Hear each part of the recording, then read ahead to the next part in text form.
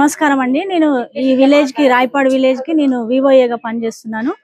ఈ గవర్నమెంట్ వచ్చినప్పటి నుంచి అయితే మహిళా సంఘాలకి ఆర్థికంగా ఫుల్ సపోర్ట్ ఉంది. వడ్డీలు మొన్న గత 2-3 సంవత్సరాల నుంచి 4,42,000 రావడం జరిగింది. 80 లక్షలు బ్యాంకు నుంచి తీసుకోవడం జరిగింది. కొత్తగా కిషోర బాలికలు వృద్ధుల సంఘాలను చేయడం జరిగింది. మొత్తం 177 మంది సంఘాలలో ఉన్నాము. ఈ లోన్స్ తీసుకొని ఈ వడ్డీ తిరిగి ఇవ్వడం వల్ల మహిళలు చాలా లబ్ధి పొందుతున్నారు. ఇంకా ఆర్థికంగా కూడా చాలా ఎదుగుతున్నారండి. బాగుంది సార్. ఇప్పుడు మేమైతే ఇల్లు లేక దగ్గర దగ్గర పెళ్ళై 15 సంవత్సరాలు అవుతుంది. 15 సంవత్సరాల నుంచి నేను కిరాయికే ఉంటున్నా. కనీసం మా ఊర్లో కిరాయికి ఉండడానికి కూడా ఇబ్బంది ఉంటే నేను బయట ఊర్లో పక్క రాయపాడు తండలో కూడా కిరాయికి ఉండి వచ్చినాం సార్. తర్వాతకి రేవంత్ రెడ్డి గారి ఇల్లు వచ్చింది, మాకు చాలా సంతోషంగా ఉంది సార్. పాలన కూడా బాగుంది. ఇదివరకు దాకా కొద్దిగా ఏం లేకుండా సార్, ఇప్పుడైతే రేవంత్ రెడ్డి అయితే కొద్దిగా మాట్లాడటం పేదోళ్ళకు. నాకు ఒక రూమ్ ఉండే, ఒకటే రూమ్, 2 పిల్లలు. నాకు చాలా ఇబ్బంది ఉండే, ఇది ఇచ్చి కూడా చాలా నాకు నయం చేసిండు. ఇదివరకు దాకా నాకు వర్షం వస్తే మొత్తం మేల్కతో ఉండేది. ఒక రేకులు, ఒకటే రూము, 2 పిల్లలు. ఏదైనా సామాన్, మాకు ఏదైనా పండుగలు అయితే చుట్టాలు వస్తే బయట వండుకునేది. నైట్ వెళ్ళిపోయేది. ఇక అందరి ఇళ్ళలోనేమో ఉండేది, ఇక మాకు ఇల్లు లేదని నైట్ వెళ్ళిపోయేది సార్. ఈయన మాకు కొద్దిగా 4 లక్షలు వచ్చినాయి మాకు. మంచిగా అనిపిస్తుంది. 90,000 వరకు తీసుకున్నాము. రుణమాఫీ అయింది. వ్యవసాయదారులకు అనుకూలంగానే రైతాంగానికి యూజ్ అవుతుంది మంచిగా. ప్రస్తుతం మనం యాదాద్రి భువనగిరి జిల్లా బీబీనగర్ మండలంలోని రాయపాడు గ్రామ సర్పంచ్ వెంకటేష్ గారితో మనం ఉన్నాం. సో ప్రస్తుతం అభివృద్ధి కార్యక్రమాలు ఎట్లా జరుగుతున్నాయి, రాష్ట్రం ప్రవేశపెట్టినటువంటి సంక్షేమ పథకాలు గ్రామ ప్రజలు ఏ విధంగా లబ్ధి పొందుతూ ఉన్నారు, సో సంక్షేమ కార్యక్రమాల్లో భాగంగా ఇందిరమ్మ ఇల్లులు అయితేనేమి, సో ఫ్రీ కరెంట్ అయితేనేమి, సో సన్న బియ్యం పథకాలు అయితేనేమి, రేషన్ కార్డ్స్ అయితేనేమి, సో మహిళా సంఘాలకి రుణాలు అయితేనేమి, ఎప్పటికప్పుడు గ్రామ ప్రజల పైన ఫోకస్ చేస్తూ అన్ని కార్యక్రమాలు ప్రజలకు, అన్ని సంక్షేమాలు ప్రజలకు అందే విధంగా సర్పంచ్ గారు కృషి చేస్తున్నారు. సో ఇంకా డెవలప్మెంట్ గ్రామం కోసం కూడా కృషి చేస్తున్నారు. సో వారి మాటల్లో అడిగి తెలుసుకున్నాం ప్రస్తుత పరిస్థితి. నమస్కారం సార్, చెప్పండి సర్పంచ్ గారు, ఈనాడు గ్రామంలో రాయపాడు గ్రామంలో సర్పంచ్ గా ప్రజలు మిమ్మల్ని ఏకగ్రీవంగా ఎన్నుకోవడం జరిగింది. సో ఎట్లా ఉంది, గ్రామం పైన ఎట్లా ఫోకస్ చేస్తున్నారు? గ్రామ ప్రజలు నన్ను ఆశీర్వదించి సర్పంచ్ గా గెలిపించారు, ఏకదాటిగా గెలిపించారు. ధన్యవాదాలు మా రాయపాడు ప్రజలకు అందరికి. ఇప్పుడు రాయపాడులో మెయిన్ గా ఏంటంటే కొన్ని ఇండ్ల సమస్య, కొద్దిగా రోడ్డు బాగలేదు, ఇట్లాంటి చిన్న చిన్న అండర్ డ్రైనేజీ, ఈ సమస్యలతోటి కొద్దిగా ఇబ్బందులు ఎదుర్కొంటున్నారు.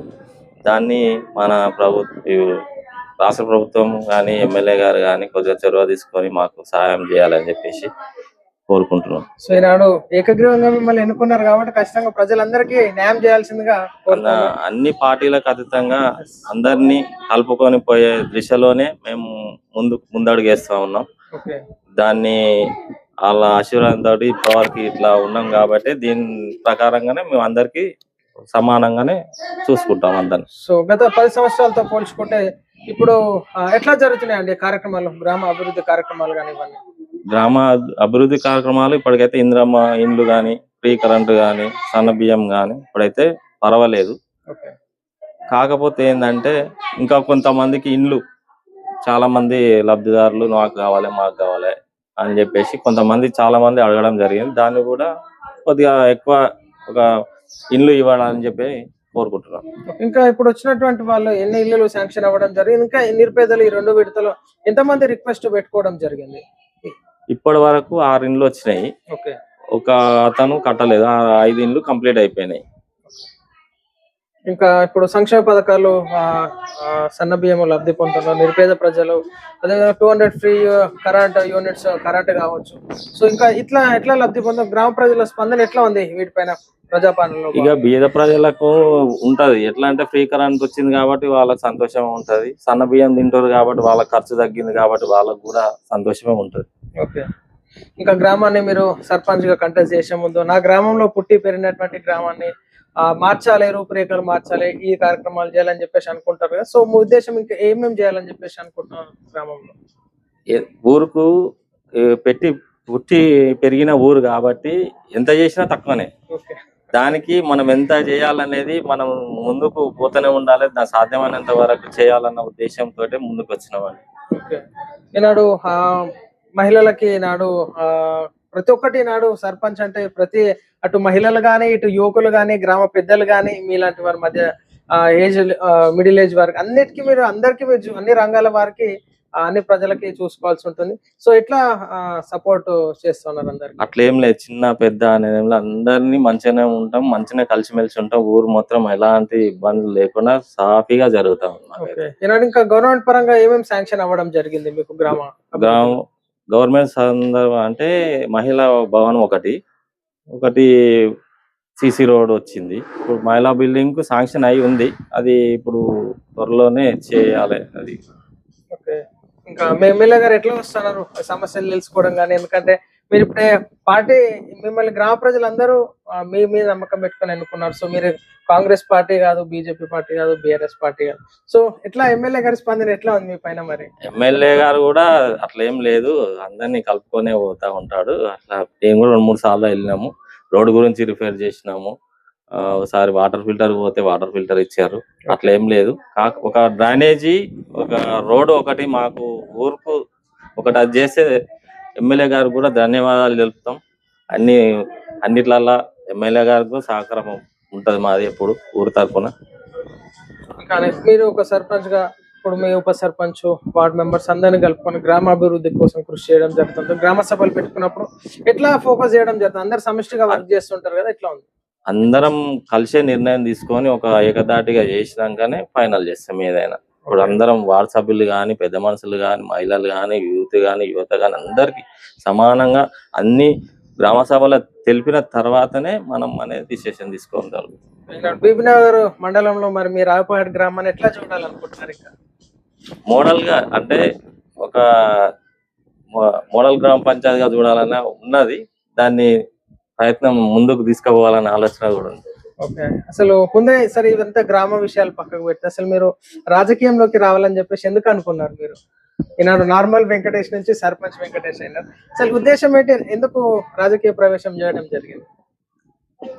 ఇక అంటే ఈ ప్రజలకు ఇంతో అంతో చేయాలన్న ఉద్దేశంతో ముందుకు రావడం జరిగింది. యువత కూడా సహకరించారు, మహిళలు ప్లస్ ఊరు పెద్దలు కూడా సహకరించి ముందుకు తీసుకొచ్చారు. కాబట్టి ఇక దానికి సర్పంచ్ గా అనేది వచ్చేసింది ఆటోమేటిక్ గా.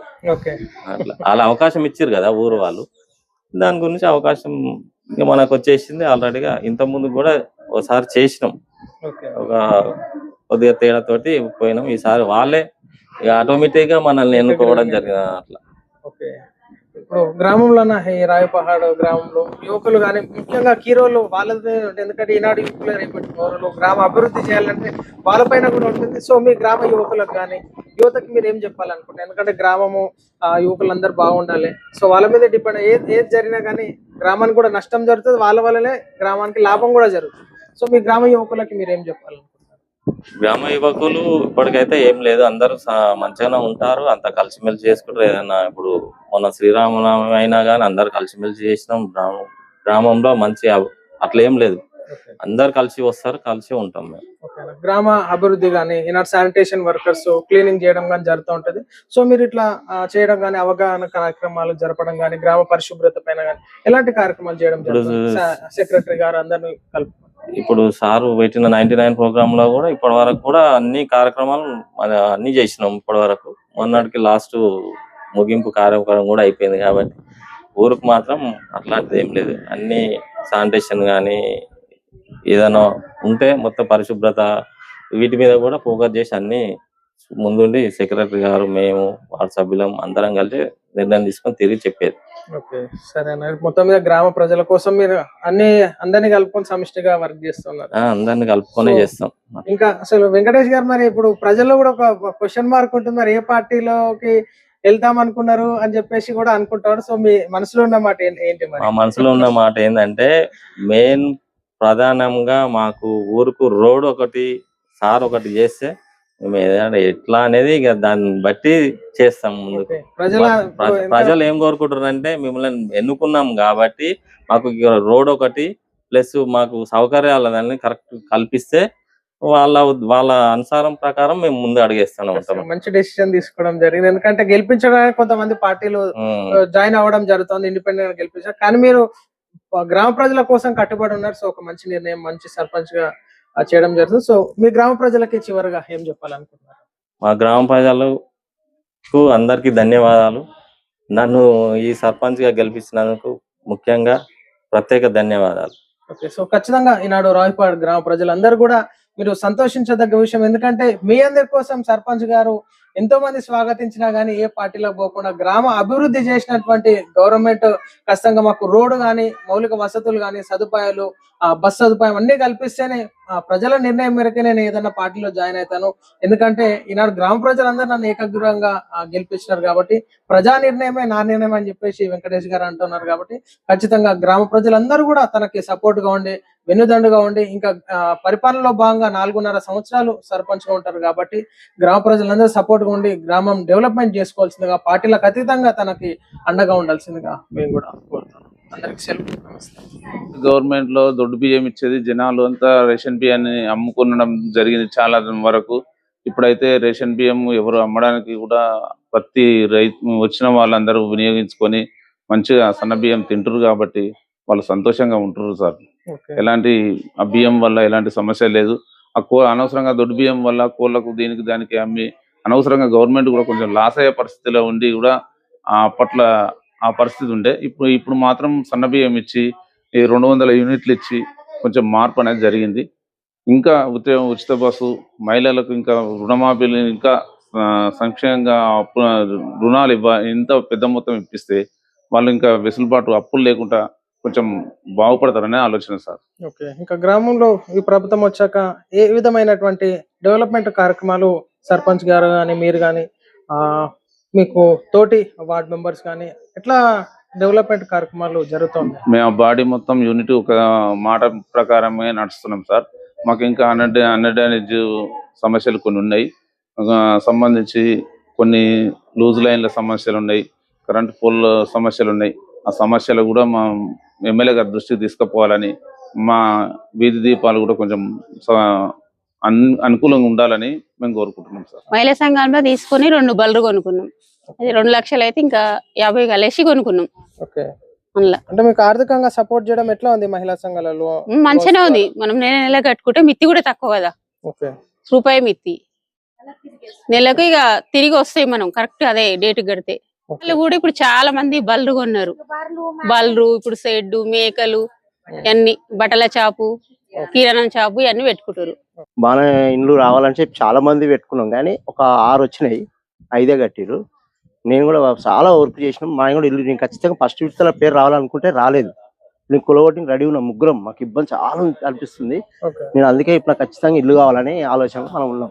మా ఎమ్మెల్యే గారు ఇప్పుడు బ్రిడ్జి కూడా చేసిండు, సన్న బియ్యం చేసిండు, అక్కడంటి ఉచితం చేసిండు, ఫ్రీ బస్సు చేసిండు, మంచి పనులు చేస్తున్నాడు. వాస్తవానికి అయితే కరెక్ట్ 100% నమ్మిన మా ఎమ్మెల్యే గారు. ఇప్పుడు ఎట్లా ఉంది ఈ ఒక 6 నెలల్లో? ఇంతకుముందు మా తమ్ముడే ఉండే సర్పంచ్, ఆయన విడిపోయిండు. మళ్ళీ ఈయన గెలిపించుకున్నాం. తన అమాయకత్వమే అంతా నేను నా వాళ్ళనే చూస్తాడు తప్ప వేరే ఇట్లా అట్లా అనేది అయితే ఏమి ఉండదు. ఆయన కరెక్ట్ ఓకే. ఆయన మాకు ఇల్లు కూలిపోతుంది సార్. 100లకు అయింది. మోర్లీలు అన్ని ఇంట్లోకి వచ్చేది సార్. ఇప్పుడు ఈ సార్ వచ్చినాక మాకు ఇల్లు వచ్చింది సార్. ఇల్లు వచ్చినాక ఇల్లు కట్టుకున్నాం సార్. ఆయన కొంచెం రుణపడినందుకు మాకు ఇంత సాయం చేసింది సార్. ఎట్లా ఇబ్బంది పడ్డారు? వర్షాలు పడ్డప్పుడు కానీ, ఎండలకు కానీ ఇబ్బందే ఉండేది సార్. వానలకు తడిచేది, నీళ్ళన్నీ ఇంట్లోకి వచ్చేది, పురుగు పూసి వచ్చేది సార్. ఇంట్లోకి కూడా ఇప్పుడు కూడా ఇంకా తప్పలేదు సార్. ఇంట్లోకి అన్ని నీళ్ళు వస్తాయి. ఇప్పుడు ఎట్లా అనిపిస్తుంది? మీరు ఇందిరా మిల్లులు కట్టుకున్నారు, ఇల్లు వచ్చినాక కోమర్ రెడ్డి వచ్చినాక జర పర్వాలేదు సార్. రేకులు ఉండే గుడిసేది, అక్కడ ఇక్కడ గుడిసేది సార్, అంతా గుడిసేది. 25 వచ్చింది. అలానే సంసారం చేసినాం. 4 2 కొడుకులం, మేమిద్దరం అలానే ఉన్నాం. మంచిగా ఉంది సార్. ఇప్పుడు ఇందిరా మిల్లు వచ్చింది, మంచిగా ఉంది. మాకు వెంకటిల్లు ఉన్నప్పుడు ఇబ్బంది అంటే అప్పుడు ఇబ్బంది ఉండే, కొద్దిగా సేఫ్టీ అయినా కదా.